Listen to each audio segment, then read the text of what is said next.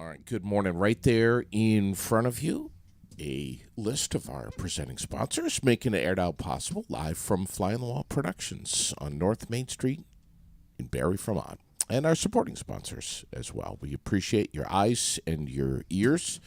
Paul Brodie with us this morning. Good morning, pal. Good morning. Let's first say happy freaking Tuesday. And we're looking at cloudy skies today and more rain. A lot of parents are spending a lot more time with their kids, being that it is April break. There's a lot of stuff going on in our community. Not only matinees at the movie theater, but also events at the library and so much more that Raylene is posting up a whole ton of. So no excuses. Have a look at the page. Scroll down. You might have to scroll down a little bit, but it's all on there. Stuff that's happening today, tomorrow, the rest of this week, and also stuff coming up this weekend as well. Happy to have you with me, pal. Good morning. Good morning. Glad that you're still alive. I am still alive. A few folks curious, including me, to get your recount of your experiences, along with some paranormal investigators, Green Mountain paranormal investigators, right here in the Green Mountain State. So you guys left last Friday? Saturday. All right, Saturday morning. Saturday night. All right, tell me about it. Tell me everything. All right, everything? All right, well, so at what was it? I left my house at, I think it was 2:45. I was going to come down to my office and meet Shane. Okay. And so I walked down here. It's a mile walk, and then I got into the building, and I went up to my office, and I waited. All right. Not that much detail? Less detail? Yeah, no, I like detail like that. It was Seriously, you know I like detail like that. It was difficult to decide if I should wear my boots. Yeah, what was the weather? Or my sneakers, because the weather's, it was going to be chilly. Well, Yeah. not chilly, but cool, like today. Give me a temperature. A day I need like 40, details. 43 degrees. Thank you. But it was going to be rain for 1 hour of that. But we were going to be inside most of it. Right. So I thought, I'm going to go with my sneakers. Yes. Because they're more comfortable than the boots. Yep. It rained the entire time. It did. Yeah. And so my shoes got soaked because they're running shoes. They're just fabric. Yeah. And they got soaked. So my feet were wet. Right. Wow. That was it. How much rain fell? Did you have your rain meter? Yeah. Oh, up? yeah. I brought my rain meter, of course. I'm the official aired out weatherman. I have to have my weather reporter. I brought my rain meter. It was like 14 and a half feet of rain. Was it? Yeah, Well, it came that's down. a lot. Yeah. That's a lot. It was a lot of rain. I love details like that. I knew you do. Yeah. I wanted to. I thought maybe we could be like Joe Rogan and do drugs. Yeah. While of course. we're on the air today, so I brought Sure. a combination of my drugs and your drugs. Oh my. Raylene, look at this. They're chocolate covered Nutter Butter cookies. Wow. Are they? They're Buddy, fantastic. Are you kidding me? So Opening them up. yeah, we're gonna eat these because it's always good to eat crunchy, chewy, crispy things while you're talking on a radio show. You know. Can I have a cup of coffee at the same time? Dig in, brother. Buddy, did you? I need something to shut you up so I can just tell my story. All right. I gotta tell my experience. Yep. Okay. So realistically, it wasn't all just rain, but my feet did get wet, and that made me think about that for a little bit. But then I stopped thinking about it. Oh. Okay. Aired Out, brought to you by Fudge Covered Nutter Butters. Continue. Nabisco. Continue. Yeah, so that was the first time I've ever done a paranormal experience, and I was on, if anybody's been listening, following this story so far as it's been building up and we've been talking about it, I met the Green Mountain Paranormal Investigation team, Shane, Ian, and Ashley, on your podcast a couple weeks ago, April 5th, and then they were talking about this event they were going to do, and so I joined up with them. They had some spots for participants. We got there, I think there was 9 people or something with the team, maybe 10 or something. There was a lot of people there, or a pretty good group, and they do night tours. So we're waiting for there was one last night tour to go on, just a regular from the museum staff, and then we were geared up in the AV room. So they get, it's a little lounge where they can do their part of their tour in, and so we got the team took out all the gear they used, the different electromagnetic frequency checking devices and this is Fort REM Henry. pods. Yeah, Fort William Henry in Lake George, New York. All right. Right. Which is famously haunted. Famously. Right. And so I'm the skeptic in all of this. And Yes. so famously haunted, but I say, what if it's there's something going on there? What is it? I mean, and I'm not discounting anybody else's experiences ever when I say Right. I'm skeptical of anything, but it's just for me, I want to know. So that's why I was interested in going, because I've seen the Ghost Hunters TV shows and those things, and I think this is amazing, this is interesting, but it's TV and I can't trust it. Understand. So here I I met these people in person, and now I can go with them to experience this, and so that's what I wanted to do. But they have different gear. There's a device called a REM pod. It's this like a canister, and it's got lights on it, and it makes sounds, and it's got an antenna, and then when something's in close proximity to it, it changes, it lights up or makes sounds, and you can use that to communicate with the spirit. You can say, if you're present, go near this thing, and it'll light up. And then there's like cat toys, Right. a little plastic ball that, when the cat swats it, it lights up. It's got all these little lights inside of it, and it's just motion activated. So you sit it out, and if no one's touching it, no one's near it, and it starts lighting up. When you say, if anything's nearby, make that light up, and it lights up. That's pretty interesting. This stuff is not cheap either. The cat balls aren't expensive. They're just cat toys. No, I'm talking about the other things aren't. Yeah. REM pod. Yeah, I don't know what the REM pod costs. We've been looking at, Travis and I are interested in this. Travis is looking at getting some more. He's got a couple pieces of these equipment things, but like the Spirit Box is a device that reverse scans radio frequencies, and you hear it like it's this choppy kind of staticky thing, and then sometimes you hear you can tell it's radio, but backwards. So it sounds like a Beatles album or whatever. Those guys doing that backwards. Paul is dead. Radio stuff. Yeah, right. The Simpsons did a joke on that, and it had when you play the song backwards, it had a recipe for what was that? What's that? A cold tomato soup or some kind of soup. It's like a vegetarian gazpacho. I don't think it was gazpacho. That's some other Simpsons reference. But anyway, yeah. So it plays the backwards stuff, and then you can hear words in it sometimes and different voices, and like you're listening to it, and it's just this staticky kind of stuff, and then all of a sudden, yes, or Paul. That was where it got interesting. But so we have all these different pieces of gear that they have, and temperature gauges and stuff. And so they're showing us all the gear. We're looking at it, and so I think this was my first experience that was anomalous. I'd written an intention, something like when I've studied Reiki. It's about like you set an intention, and so I'd written out an intention covering like our intention is to have an experience here tonight, to learn, to understand better the energy that's here, whether it's from the earth or from the spirits. So part of my thing coming into this is that the Bastion Fort, this was called a Bastion Fort. Bastion Forts date back to Michelangelo in Italy in like late 1500s. It's said that the history says that he designed this fort. It's a zero blind spot field of fire. So they make these forts, and typically they're in the shape of like a 5 or 6 pointed star. Yeah. This one is a rectangle with the bastions. Is kind of like it's like a diamond or square that comes off of the corner, and so but it expands the field of vision from the defenders of the fort. And there's the alternative history things that I like to look into because I'm a skeptic of everything, right? And so these star forts, it's believed that they might predate all known history, and they're a lot older. They're found all over the world, not just where the descendants of Michelangelo's architectural design might have been.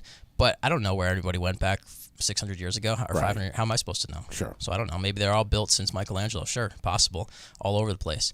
But a lot of the Revolutionary War forts in North America are this style of fort. So there's this idea that they're the reason they exist in the places they do has to do with earth energy. And so then my wondering, my question is it the earth energy that brought them to build the forts there, or that they saw the design and they thought, let's take this over and call it a fort, and then when people go there and they say, wow, this feels different here, it must be haunted because of battle, or like someone goes into that spot and they say, this feels different here, why? And then someone says, well, there was a battle here and all these people died. So, oh, that must be their trapped energy. It could very well be. What if it's something?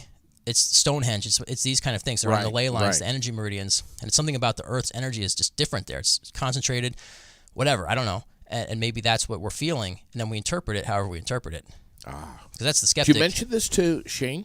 I think I brought it up. Yeah, when we were driving down, we had a 2.5 hour car ride, so I'm pretty sure I brought that up. But I don't know, right? So that's just one of my theories. It can absolutely be what everyone believes it is haunting and spirits. I don't know. How can I possibly know? So, but that was one of the things I went going with to try and feel something different, and I didn't really feel but I don't know how to feel that yet.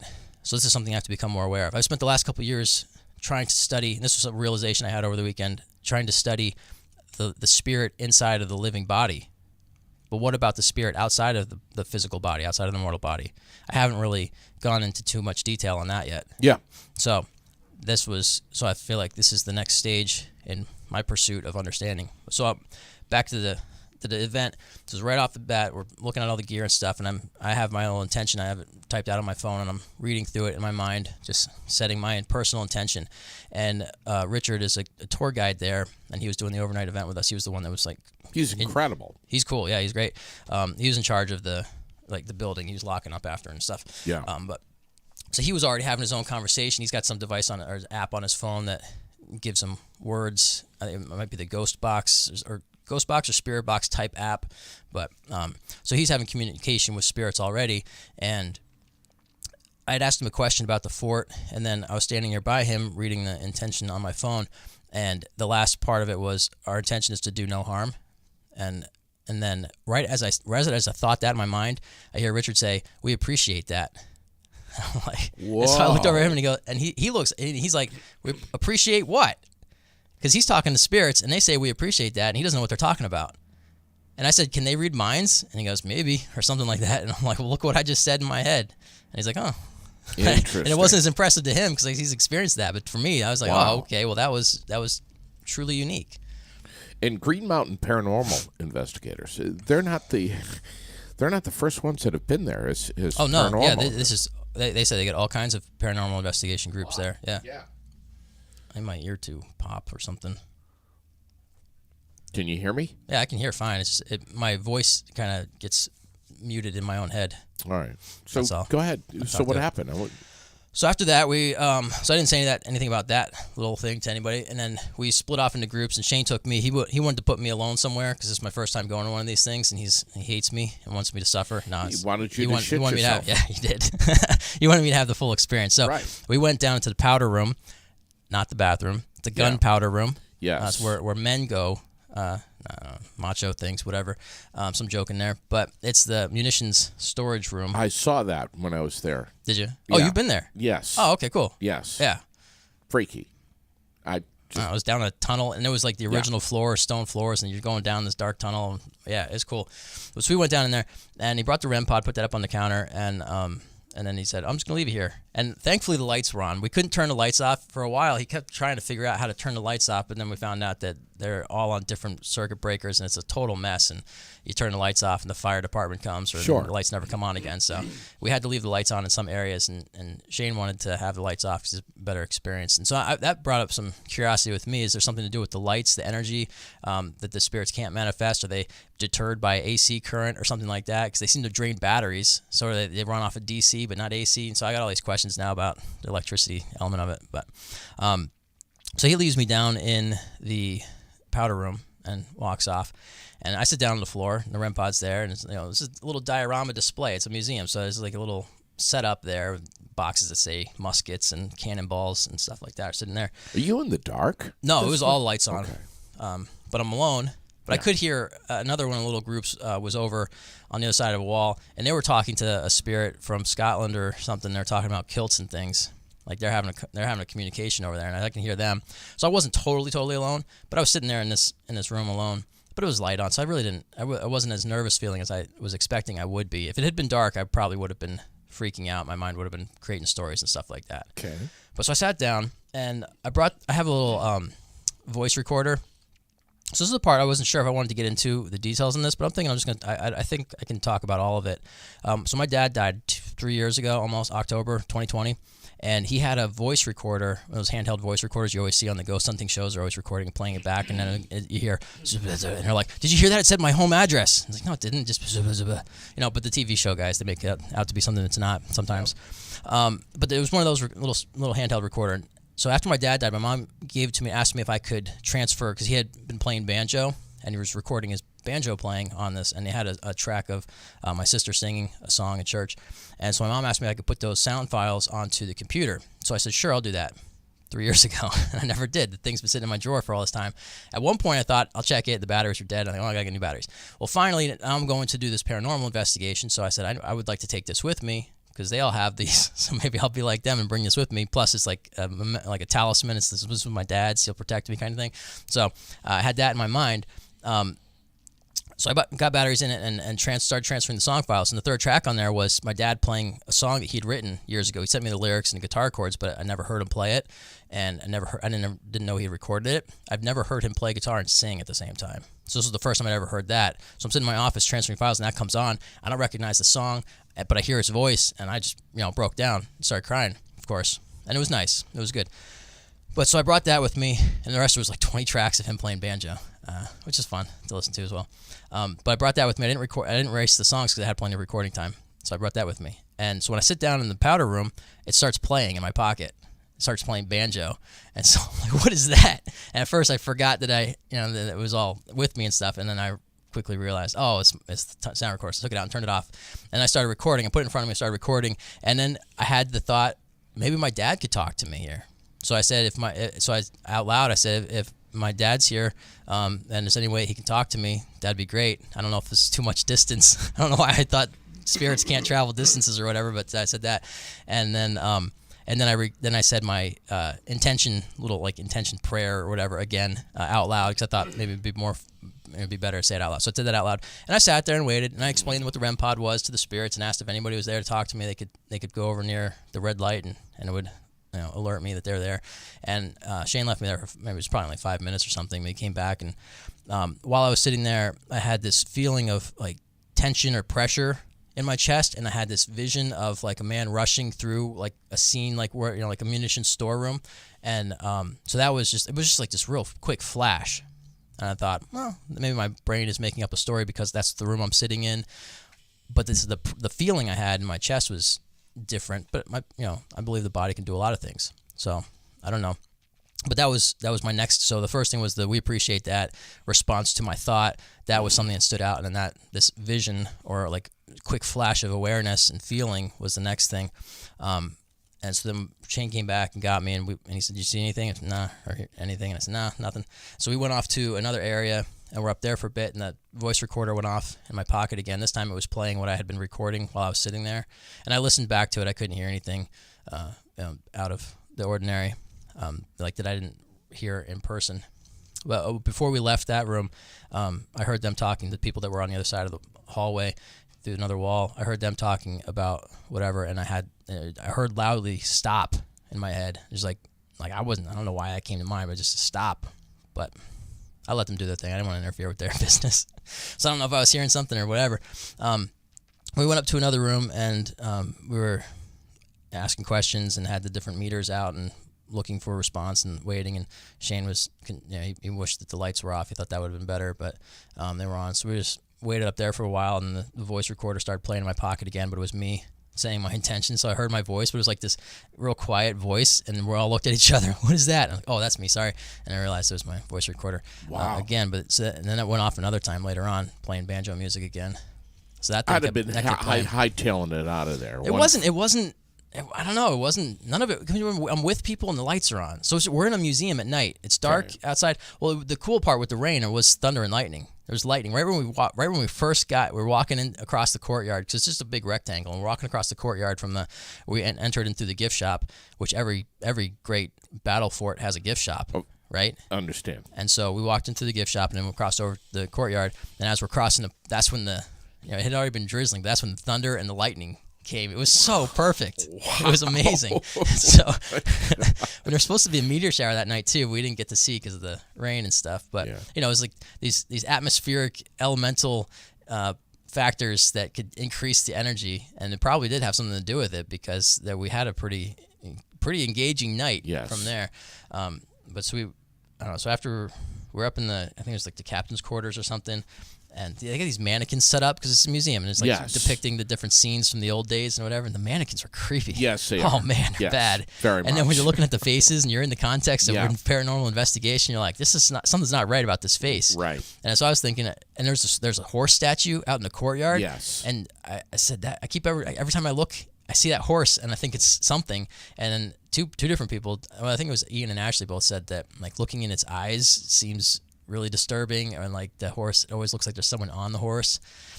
But the mannequin faces, to me, it seemed like there was like they were alive in a way. And I wondered if this is a humanoid figure, and these spirits are trying to, if they feel they're concerned about being disembodied, and they're like, this looks like a body, let me get back into it. Why can't I get into it, or whatever? And so there's like this phasing kind of effect. I don't know. That's what I was thinking. But so it's interesting. I don't know. You want to get into the meat of this? Yeah. Where did you go? All right. So we all back in the courtyard. So we've been an hour or so, maybe 2 hours, and we're regrouping and talking about, someone saw this or whatever with different experiences, and everyone's kind of talking. And I look over, and on this other wall that we hadn't been into yet, the room's over there, there's a window at one end with the light on in there, and I saw something go across the window. I'm standing there looking at it by myself, and everyone's talking, and I was like, everybody see that? And it was like so cartoonish. I thought, no, there's got to be somebody in that room. And I'm trying to look at who's there and who's not, and trying to figure out who's not there. But I don't know everybody yet, and so I'm trying to place it. And I thought, somebody's got to be in that room. And I see it go back across, and like there's slats in the doors. 'Cause it's like log cabin. Yeah. The structure is built like a log cabin, and the doors are these wooden slats, and you can see the light in between them. And so something crosses back across that. And I said, is there anybody in that room? And maybe. And then so Richard. What time is it at this point? 11 o'clock. Wow. I don't know. Might have been closer to midnight by then. I don't know. And so I asked Richard if we could go in there, and he said, sure. So we go, and we had to go to the other end of the building. The door there was locked by that when I saw the movement through. So we go to the other end, and as we're walking over there, he says, this is the door I've seen. Like, it looks like people walking behind it. You can see under the door in the light. And I was like, oh, that's what I saw down there. So I'm getting excited now. Yeah. I'm thinking, well, this is too cliche, but this has got to be something, right? Sure. So we go in, and there's like, it's a long corridor, and it would be like if there was a hallway and then four rooms, but there's no wall for the rooms, so it's just an open hallway, and then it's like a diorama, right? Yeah. So walk in the first segment, clear. Second segment, I'm like peeking around the wall as I come around, nothing there. Third one, nothing there, and I don't hear anything. So now I'm coming down to the last pod where I saw movement in there, and I peek around the corner, and Jack and his dad were sitting there. Not Jack from here. Jack, a guy from there. But I was like, bummer. Wow. I still don't know if they'd been walking around. They were sitting there. I was like, I saw movement in here, and I thought it might be something interesting. And I'm like, it's just us. Did you yell at him? No. But so then we went back to the AV. Well, no, then after that we went up. Me and two of the other participants, we went up. One of them had been a tour guide there last summer, so she'd worked there before. So she was telling me about some of the fort stuff, and her friend that was with her, he had done reenactments there. So they had both had experience with that place before, but had never done one of these kind of overnight paranormal things. So the three of us went up, and it was raining. That's when my shoes got so wet, and I was like, I stepped right in a big puddle. It's just dark, and you can't see anything. And I said, well, forget this. I'm going home. But I didn't. So we walked around up there for a bit, and we're standing on I didn't realize the lake is right there. Right there. And they said the lake used to be even closer. Yeah. Now the road's there and stuff. It was right there. So it was interesting. So now at that point, I was just kind of experiencing some of the history feelings of it, and not so much the paranormal part. We walked around up there a little bit, and then went back down and joined everybody else that had gone back to the AV room where we started out in. And they were communicating through the, I think it was a spirit box. They might have had a different name on it. I don't know. But it's the reversed radio frequency thing. And so that was playing, and you just hear the static noise, and they had the REM pod out, and they were getting interaction with it. And these little cat balls, they were calling them. So they got these things set up on the table, and everybody's asking questions, and then the thing would light up in response to it. So it was interesting. So now I'm just observing this and watching and thinking, all right, well, nobody's standing right next to it. Doesn't seem to be any draft blowing on it or anything like that, unless the thing's failing and it just lights up randomly. But when you say, can you touch that device, and then it lights up, there seems something intelligent about that. Sure. So now I'm intrigued, and I'm watching that, and I'm not closed off to this. I'm totally open to it. I just never seen it in person before. Sure. But so it was interesting to see it, and so I'm thinking, wow, this is cool. And then Shane asked at some point, is there somebody here that you'd like to talk to? And then we started hearing Paul. And, okay, maybe we're just all, once one person thought, oh, Paul, it said Paul. And we all started hearing it. I don't know, but it sounded like it was saying Paul a lot of times, like different voices. Because there was a couple different, you could hear it was like a distinct voice within this static. And it was really interesting. How did you feel when you were hearing your name? I was intrigued. I said, all right. I said, I'm Paul. I'm here. What's up? Did you say that? Yeah.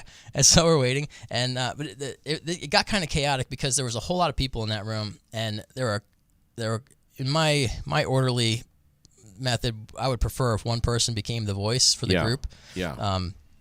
There are a few people asking questions and trying to, requesting certain things to happen or whatever to see things, and so I felt a little bit distracting from it. But so it was then people were trying to discover if it was me or a different Paul. Right? Was it a Paul that had been at the who was from the fort, or a different Paul that they were looking to interact with or something. Yep. And so then it through yes or no questions became it seemed like it was not Paul from the fort, and it was me that they wanted to speak to, the Paul who was present. And then so Shane asked me to come up closer, sit next to the device.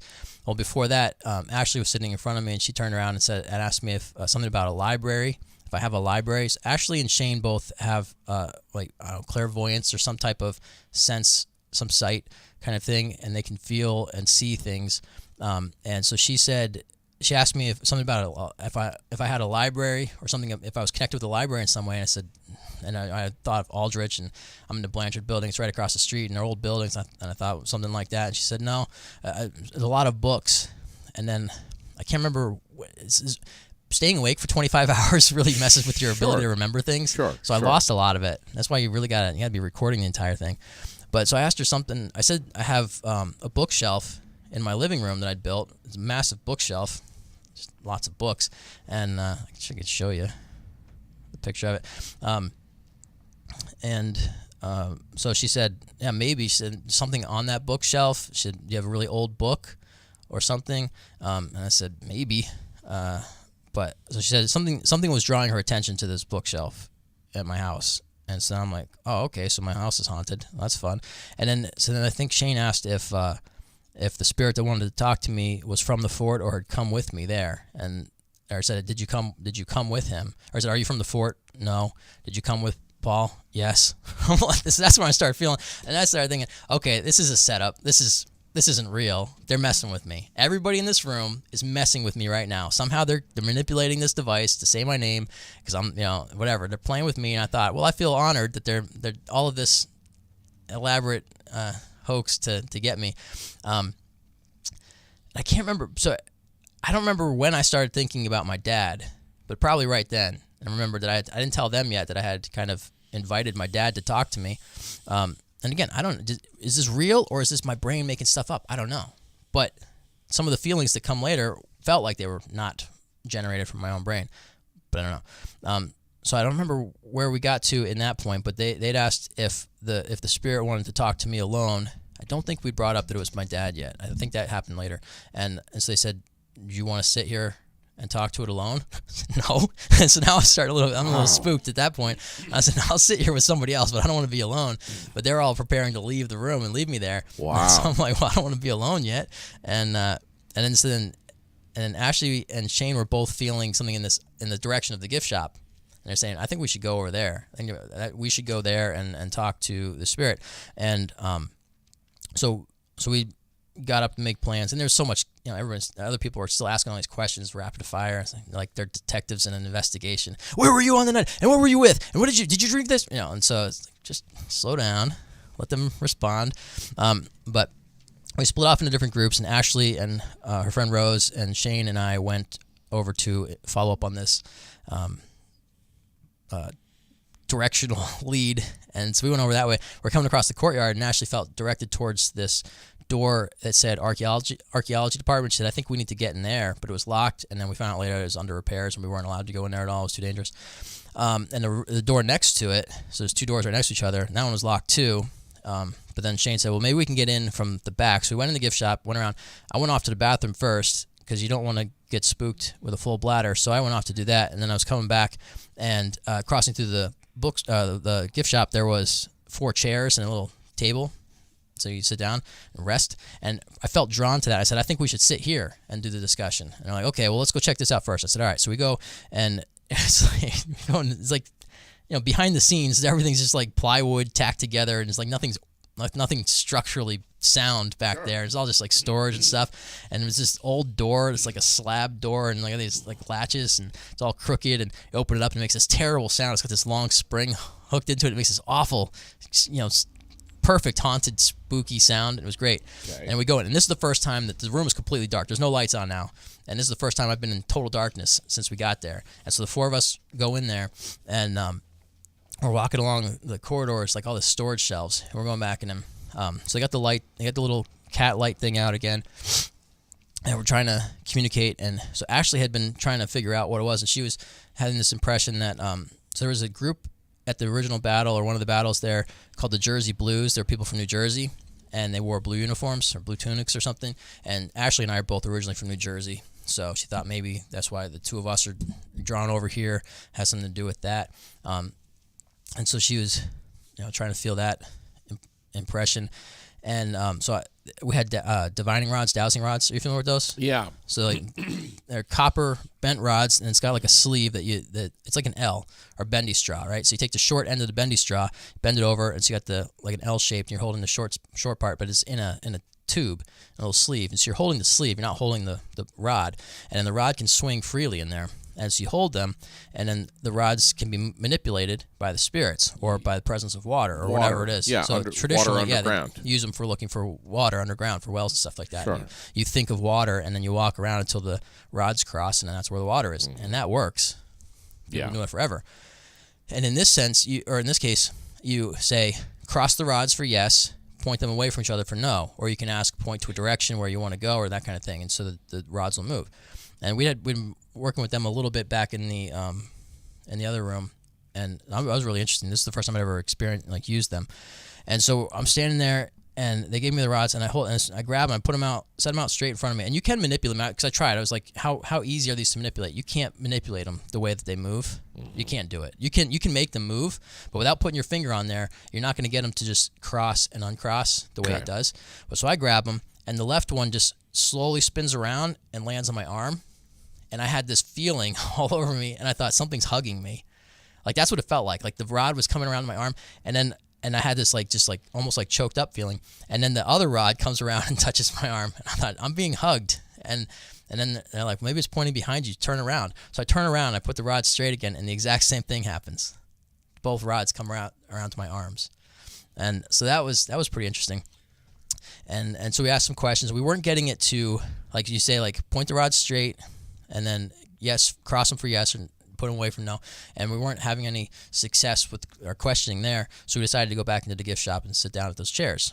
And so we're walking out, and then Shane felt impressed that in the back, like little corner, dark recess, that there was someone there, a spirit was there that was injured and stuck. And so he went and talked and brought the spirit out, and the EMF reader was spiking at certain points there. And there was one, like, he was trying to bring the spirit with him, and so we started walking out, and he said he's not coming yet. And then he said something like, "Get up, soldier! Let's go, soldier!" or something like that. And the EMF thing spiked, and they said, "Okay, he's coming now." So and then we all felt really cold. So and it was a storm outside, and this is a drafty building, so I don't know, did a wind blow through right then, coincidentally, or was it something else? I don't know. So it's easy to dismiss all this stuff if you don't want to believe it. And if you want to believe it, it's easy to accept it all as absolute spirit interaction. So I don't know what it was, but I'm reporting my experience, right? So we go back out, we sit in the chairs, and we're talking we have the dowsing rods. I'm holding them. We're asking questions, trying to figure out. And I think that was the first time I brought up that I had invited my dad to come and talk to me. And then I thought, okay. And then so Ashley said, well, on that bookshelf, was there a book of your dad's? And I said, maybe. I know I have a couple of his books that are on a bookshelf downstairs in my house. We had a lot of books in our house. And but I said, is this the bookshelf? Because I was like this, because there was a bookshelf right there in the gift shop where we were sitting. And I thought, well, that makes sense. This is where, I felt like I want to sit in these chairs, and you felt like we should come over in this direction. She said, no, that's not it. I'm seeing mahogany. And so I say, oh, okay. That's the type of stain I used on the bookshelf that I built. I don't know, is that coming up on there? Yeah. And so I showed her this picture. I said, "Is this it?" And she said, "That's it." So that's my dining room. That's the bookshelf I built in my dining room a couple years ago. That's it? Ashley told me that's it. All right. Like she had seen it in her mind. So that's what I'm seeing. So she said, "I don't know if there's something on the bookshelf that's connected to this or what? And so we thought, well, I have a picture of my dad up there now. Probably there's a photo of my whole family up there, or maybe one of his books or something like that. And so we went. So we're entertaining the fact now that this is my dad. So then we're starting to ask more directed questions with the dowsing rods, and we weren't. It seemed like one rod was going one direction, the other was going the other direction, and not synchronized. And so I handed them to Ashley. I thought, well, maybe I don't know what I'm doing, or I don't have the right kind of flow in me. And so then it was working a little bit better. But Shane said, I think that we're getting too much interference, too many things here, too much going on, because that soldier was still with him, mind you. He picked up a soldier who's now with us, right, walking with us, and he's sitting there, and one of the rods kept pointing to him, and so I thought, well, should we try and help him or something? And Shane ended up that was something else. He took care of that, but he said, well, I think it was somewhere around that we're like, okay, this isn't working right here, and then we started hearing taps. Like something was tapping in the gift shop. We hadn't heard it. We've been sitting there for 10 minutes, 15 minutes already. I hadn't heard it at all before that. No one else was down there, and it was all coming from this over to our right. And like someone was over there tapping on something. How late is it now? Past midnight, 1 o'clock, I don't know. Okay. So we go over there, and by this point, all the psychedelic drugs we had taken were kicking in.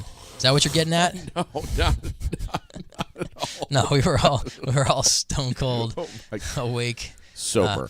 All right, and so we go start walking around the gift shop. We're just looking around, and I make my joke of nothing says Revolutionary War battle zone like a magnet that says I love my dog, because it's got all the kitschy gift shop stuff, the license plates with names on it and stuff. Sure. But then, along with all the historic artifacts and books and references to the actual historic site. But maybe a little joke. And then we're walking around, and Shane comes around. He's following the dowsing rods, and he stops at this one part, and he doesn't know why, but he said, I think we should try again right here. So we start talking, and I said, well, I got my voice recorder, my dad's voice recorder, and that's when the first time when I explained to them, my little story about taking the files off and hearing his song for the first time and stuff. And I said, I could play some banjo music, and so I started playing the track. And then I don't know if I asked, we don't know if we're talking to my dad or not. We asked something about the song, and then it went to yes.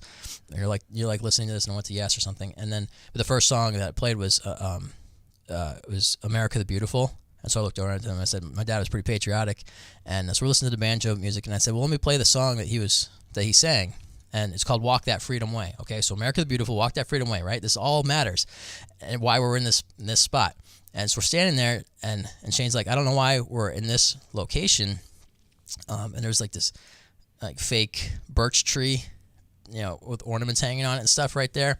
And he thought, I don't know, I saw the tree, maybe that's connected. I said, I don't know.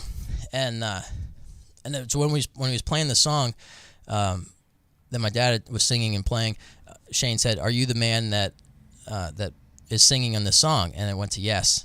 And so I thought, well, that's interesting. So that was the first, that was when we asked this Paul's dad kind of thing. And I think he'd asked, are you the spirit that wanted to talk to Paul? And I had said yes. And then he said, well, so Shane asked me again, he's like, is there anything right here that makes you think this is a place to be? And so I look over to my right, the wall's there, and there's like a shelf, and then the wall, all this display stuff. I took a picture of it, but it's not on the picture. But below this picture, there's a couple decks of cards on the counter, and it said Army and Air Force, and it had like the fire department emblem on it. And so when I saw those cards, I said, well, if there's a deck of cards that says Navy on them, then yeah, my dad was in the Navy. I remember all this patriotism stuff, right, with the music. And so there wasn't, and I looked at the cards, and there's no Navy. I broke down crying pretty soon here, so I might do it again. As I've been recounting the story, the emotion hits me again. But so I look up at this display, and I see an Army insignia. So it's these little like ornament type things. Yes. You can see clearly in there. But so there's the Army one at the bottom. I saw that, and I'm scanning up, and I see the Marine Corps symbol. So my dad was in the Navy, but he was assigned to a Marine Corps base. He's a corpsman, so he was a medic with the Navy, but he was assigned to the Marines. The Marines don't have their own medic corps or whatever at the time, so he was that. And so he had a Marine Corps emblem sticker on his Jeep and stuff like that. And so I saw that, and I reached out to it, and I said, oh, this is why we're here. And as soon as I did that, this overwhelming just feeling of, it wasn't, I don't know what it was, but I wouldn't put any kind of like label on it, but it's just I broke down. It's overwhelmed with emotion, and so I'd cry for a minute. But that's why we're here. That's it right there. And then wow, yeah, it's pretty amazing. And then so then they let me take my time and do what I had to do, process it. Shane was right there. Yeah, Shane and Ashley and Ashley's friend Rose. We're all standing there. Shane had the divining rods, the dowsing rods, and so I said, "Can I ask another question?" And so I said, I said, "Dad, are you always with me?" And he said, "Yes." And then I said, "Are you always with all of our family?" And he said, "Yeah." And it went to yes again. So that was nice. Wow. Yeah, that was pretty intense. And so this is the whole picture. Up at the top, it's got that "Land of the Free" sign that totally looks like something my dad would have had in his, up on the wall, and it's got an American flag right next to it. And he always had an American flag pinned on his suit lapel and that kind of stuff. So my dad's all about the patriotic stuff. Wow. I used to be, not anymore. Now I don't like America. Just joking. I don't like the government. I don't like the tyranny. Agree or disagree is fine. I don't care. But yeah, so that was that moment. And so Shane went to he does spirit writing, where he writes. Yes. Like he's communicating with something, channeling something, and he writes. And he's writing words, but at the end of he's just scribbling, and he's writing in the same spot. So you don't get a written note at the end of it. As he's writing the words, he's saying them out loud. So it's the writing process is like he's being the channeling is influencing the writing, and then he's saying the writing out loud. And so we had a little conversation, and he was getting some thoughts, and so then we're trying to make sense of them. And between me and my dad having a little conversation, there was something he said that was absolutely a joke that my dad, he said it, and it didn't mean anything to him, but it sounded exactly like something my dad would say as a joke. You weren't able to capture that. No, we weren't recording anything. Okay. Before we had gone out, I think it was before we had gone out to the powder room when he brought me over there. We had stayed behind and we're trying to set up. I had my iPad to record some stuff, but it wouldn't record. Like it wasn't working. And he was trying. He had a video recorder, but it wouldn't format his card for it. It tried 2 different cards, said it wasn't working, and took it out and tried the swap cards. It's got that little lever on the SD case adapter to protect it, so you don't record over something accidentally. Sure. So we swapped that back and forth to see if that's why it was reading as it couldn't write to it, and it wouldn't format it. So his recorder was out, mine wasn't. I tried it with and without my microphone stuff, but I messed up because after I unplugged my microphone attachment, it wouldn't, the iPad wouldn't record the internal audio.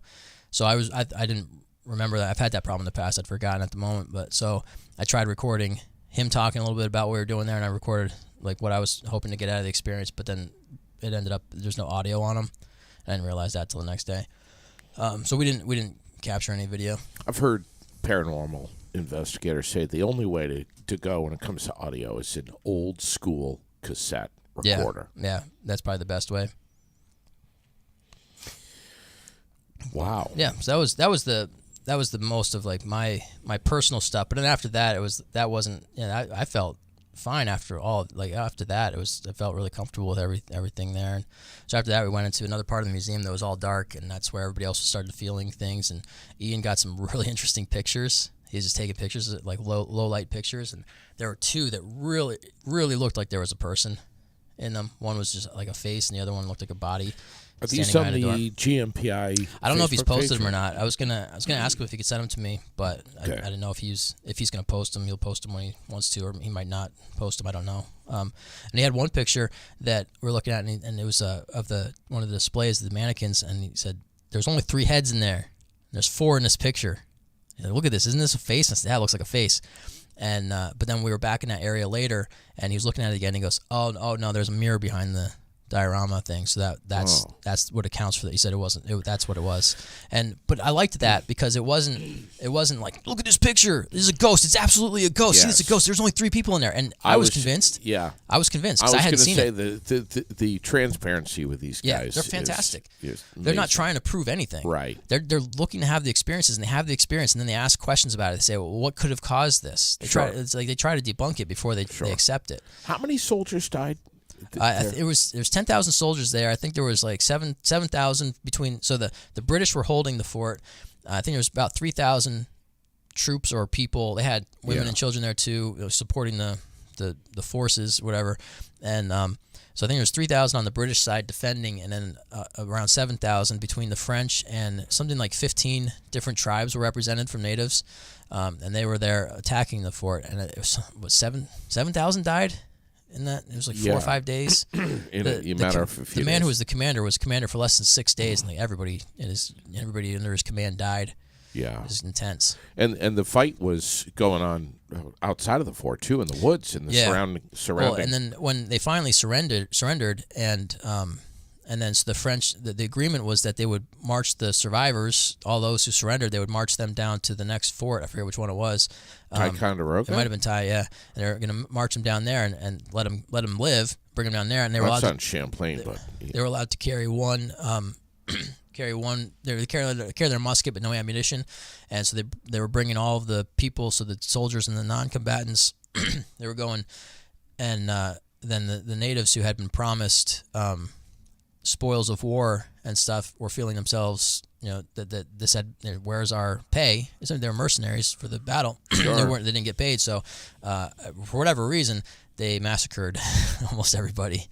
And so that's where people were running off in every direction. They were just getting slaughtered. And there was a huge massacre after the surrender, and they were walking down, which, it's war. I don't know. It's war. Yeah, that's what happens. So don't go to war. But that was kind of like the real more trauma. I mean, because like the Joker says in Batman, when a convoy of soldiers get blown up, nobody bats an eye because that's supposed to happen. That's the expectation. Or when some gangbangers kill each other in the streets of Chicago, okay. Right. But you blow up one little mayor and everybody gets all mad. It's the Dark Knight movie. But that's the thing. So like when it's soldiers in the battle, you expect that to happen. But then when it's people who have surrendered and women and children and walking out, it's supposed to be a free pass out of there, and then they all get slaughtered. That's even it's heavier. But I would love to go back. Yeah, me too. And do this with you guys.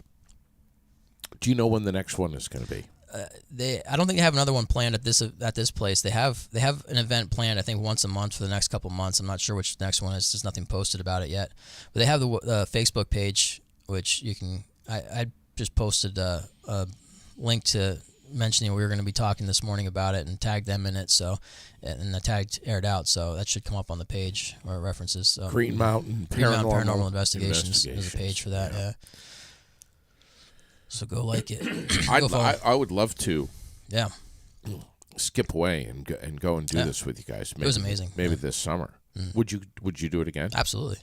Yeah. What about Travis? Yeah. He wanted to go. He just couldn't go this weekend. But we're going to start doing our own as well. And hopefully Shane's going to be able to join us on our podcast either this Thursday or next Thursday if his work schedule allows. He said he can come back here and do this. He's switched back to days for the next couple of weeks, and then he's going back to working. He works nights. Okay. And so he's going back to work nights in a couple of weeks. And so he said he'd be able to do it 9 o'clock on a Tuesday. So potentially the next couple of weeks he can come on and talk too. And you and I and Travis are talking about doing some Scooby-Doo investigations. Some Scooby-Doo. Shaking in our boots out in the field, hugging each other, terrified. Yes. Yeah. I'll tell you right now, if I ever look up in the sky and I see these orange lights flashing, I'm coming right over to your house. Grab me. Yeah, I don't even know where you live. But You'll find me. I'm gonna come right over to your house and pull you out, and we're going. I don't care what's going on. We're gonna go. Yeah, you call me, and I'll be running out the door, putting my pants on as I'm hopping down the sidewalk. Yeah, just put on your boots, not your sneakers. Right. Absolutely, I'll never wear my sneakers again. This is all fascinating stuff. Yeah, it was amazing. I mean, this is, and there was more, but I guess we don't have to get into all that. So well, there's more interesting things that happened, but that was the crux of it for me. That was the personal stuff.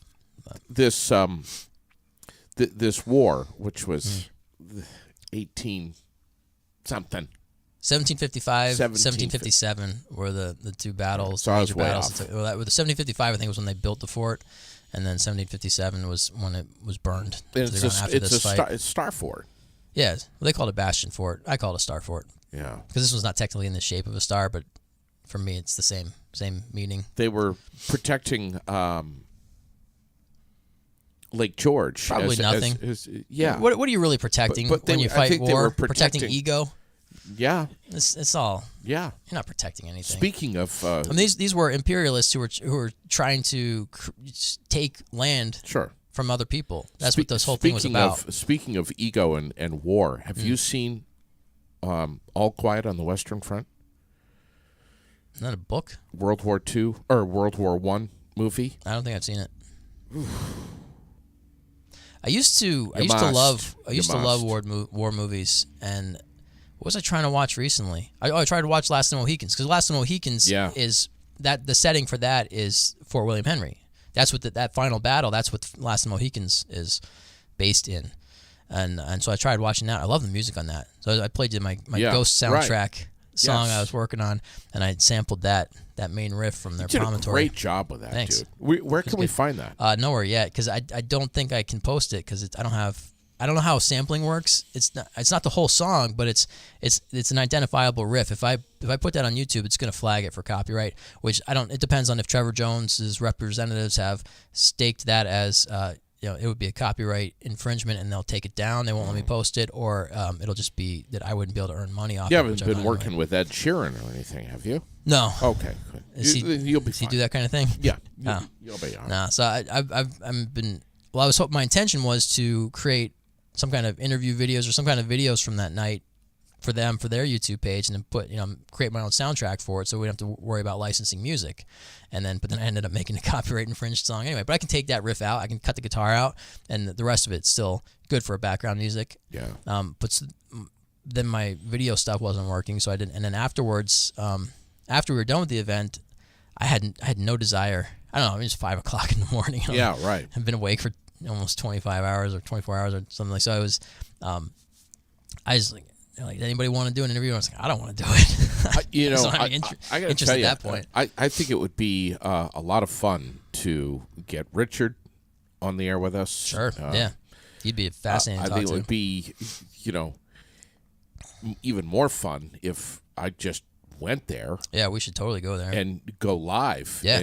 and interview Richard and a few others. Yeah, there's some great people there. Yeah, that would be the best thing. Do a live podcast at midnight. Is there Wi-Fi?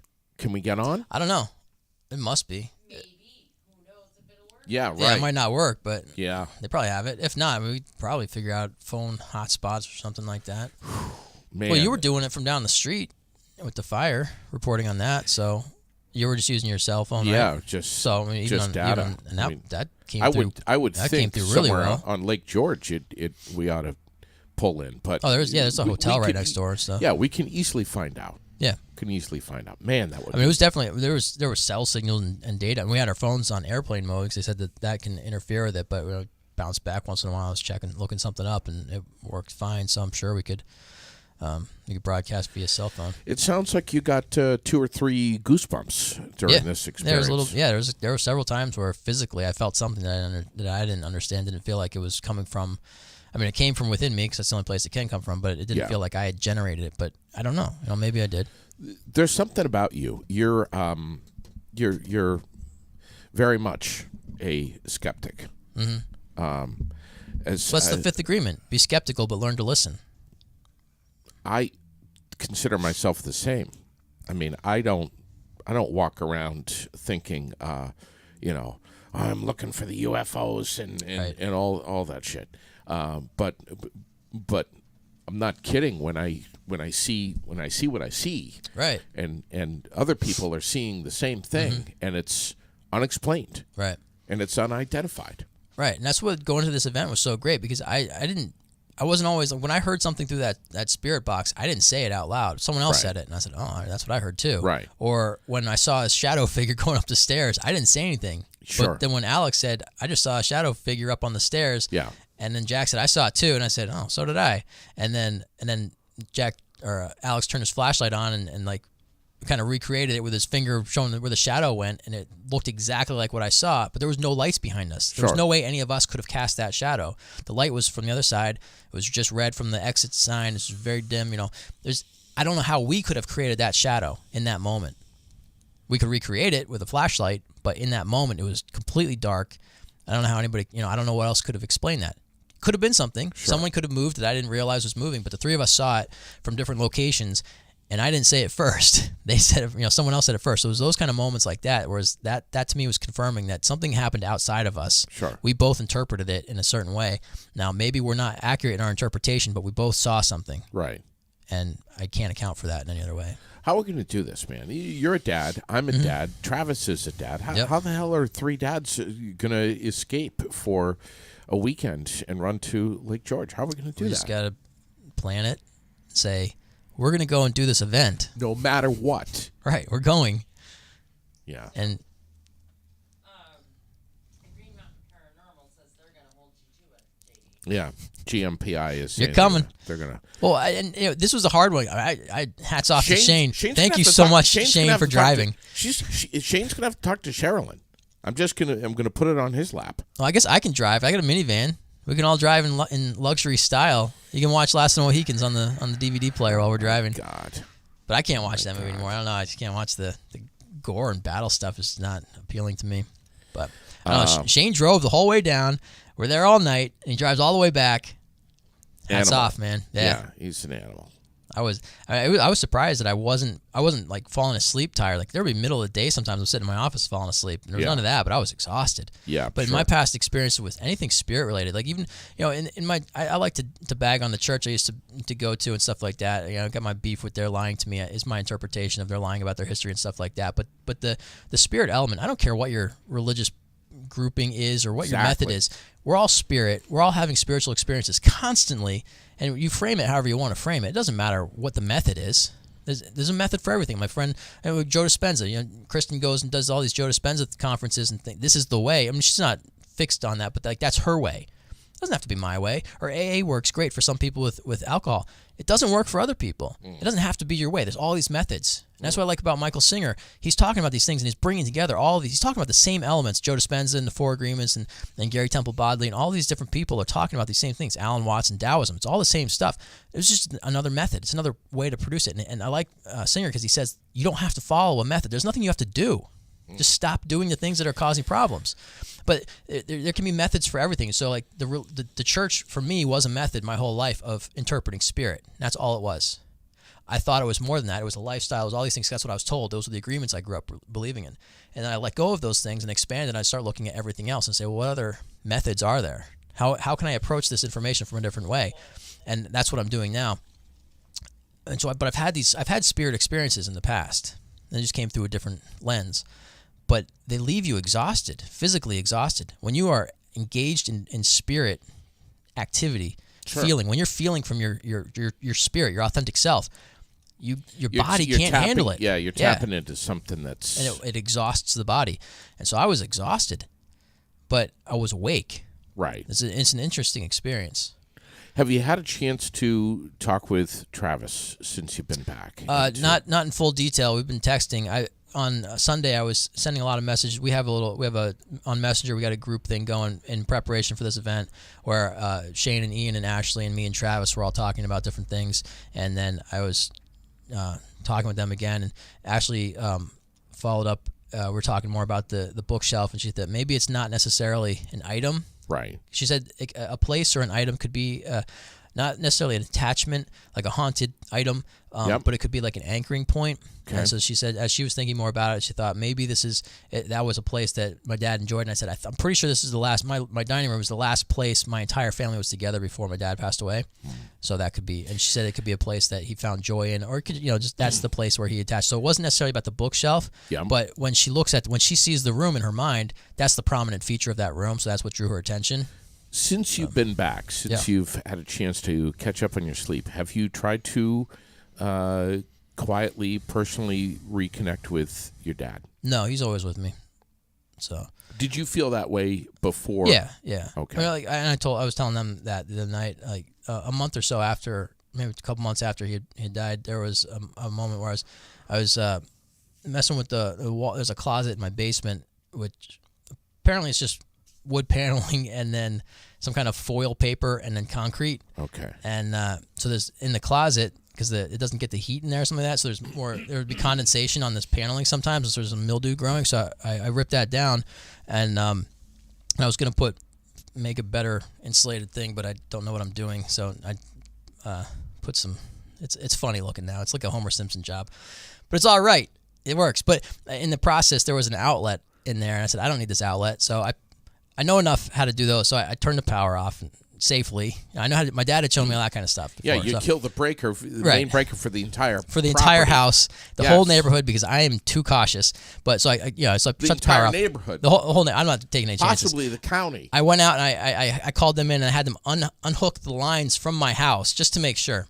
And then I plugged everything in and turned all the switches on just to drain any residual power out now. So I safely turned the power off, cut the box out, put the wires back together, taped them up, and put them away. And then when I went to turn the breaker back on, there was no power to the upstairs of my house. Ooh. So in that moment, I panicked and said, I destroyed my house. I'm going to burn the house down. I shouldn't have done that. I made a big mistake. And all the electricians out there are going, yeah, you did, you moron. And they're all freaking out because I did this on my own and I potentially could have killed everybody. I'm sorry, but I did it safely. But then, so in that moment, I thought, I need to call my dad. Oh, wait, he's dead. So I thought, well, no, I can talk to him still. He's still with me. But because I was panicking, and I'm like, well, this is the kind of thing I need him for. Sure. And then but I took a moment and said, no, all right, Dad, now you're with me more, so help me. What do I do? And so I watched YouTube, which is what he would do. I mean, he would have known what to do. But since he wasn't telling me audibly, I thought, oh, I'll watch YouTube. So I found on YouTube how to fix it and got a transfer box, went down, or junction box, whatever it's called. Went down to Aubuchon, bought the thing, came back, put it together. I'm sure, I don't know, maybe it doesn't look perfect, but it looks like the guy did in the video. And the house is still standing 2.5 years later. But that was the first time I had, because when my dad died, I was sad, of course, but it wasn't like the end. I didn't feel disconnected from him. And so for me, he's available to me. And then I had that moment a couple years ago, and I haven't really had a lot of specific moments like that since then. And then there's this one, so maybe I need to have more of them.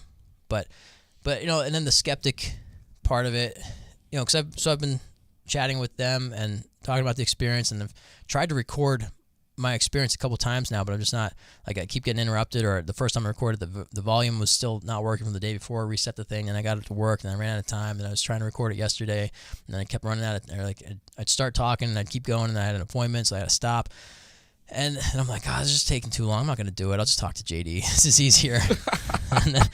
So I cut that off. But then the skeptic part of me is like, was that my dad? Was it really my dad? What's my dad doing here?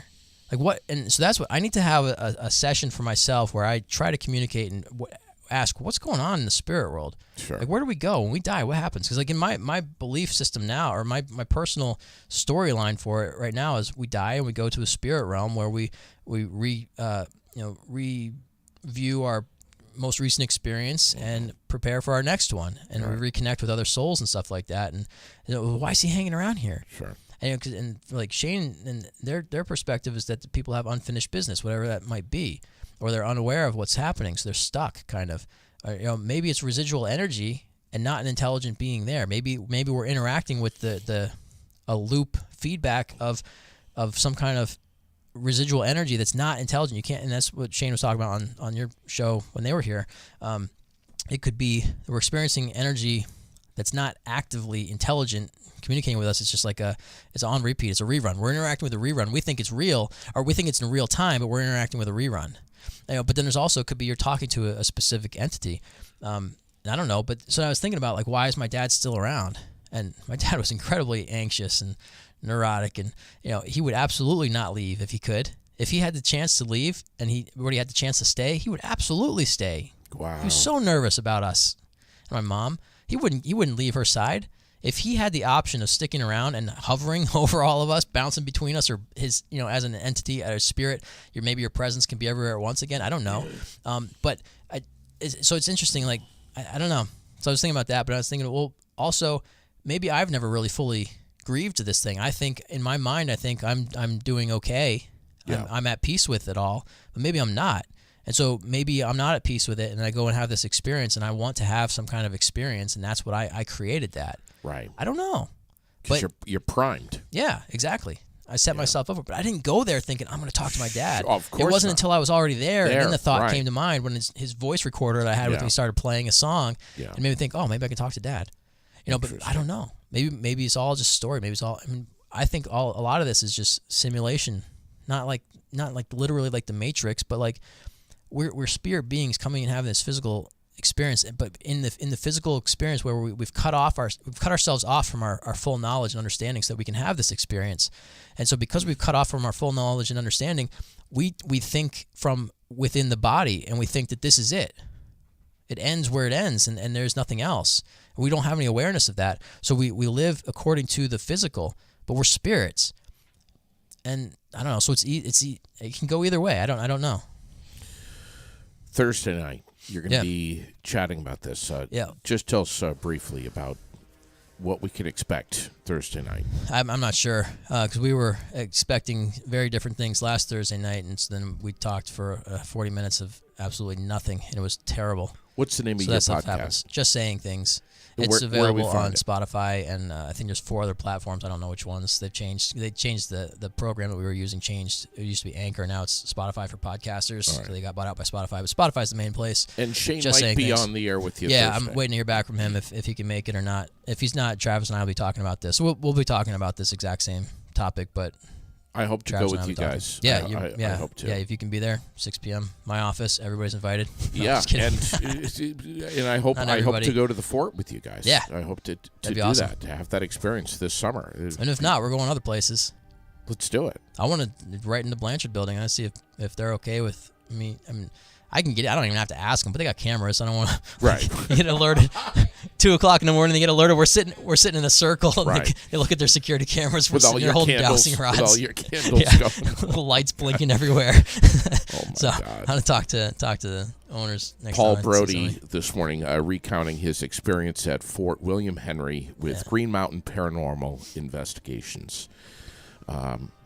Just recently, this past weekend. Yeah. Thank you for coming in, buddy. Thank you. Thanks This is for sharing all this stuff. Sure. Super personal and private to you, and we appreciate you bringing it to the microphone very much. Thanks, glad pal. to do it. Thanks, man. You got it. We'll be in touch with Shane, too, and hopefully we can get those guys back on real soon. Yeah. Some evening. And obviously, we'll have you in as well. Cool. Thanks, pal. Thank you.